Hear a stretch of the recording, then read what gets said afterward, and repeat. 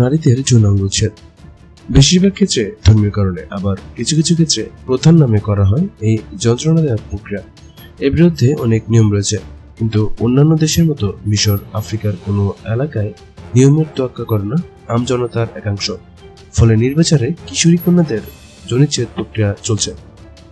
কিন্তু এবার ধর্মীয় বিশ্বাস বা প্রথার নামে এই যন্ত্রণা দেওয়া প্রথার অবসান ঘটতে চলছে বলে উঠে পড়ে লেগেছে মিশরীয় প্রশাসন।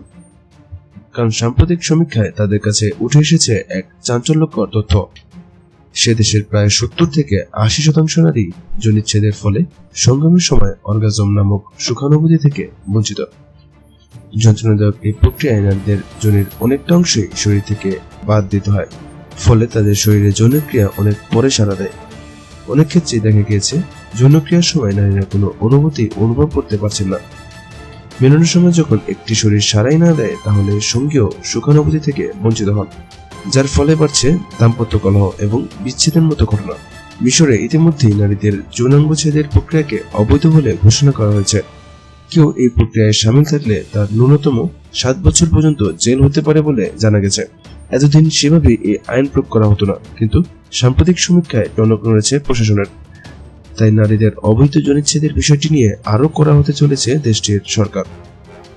এরকম আরো নতুন নতুন ভিডিও পেতে চ্যানেলটি সাবস্ক্রাইব করতে ভুলবেন না এবং অবশ্যই ভিডিওটি লাইক এবং শেয়ার করবেন। ধন্যবাদ।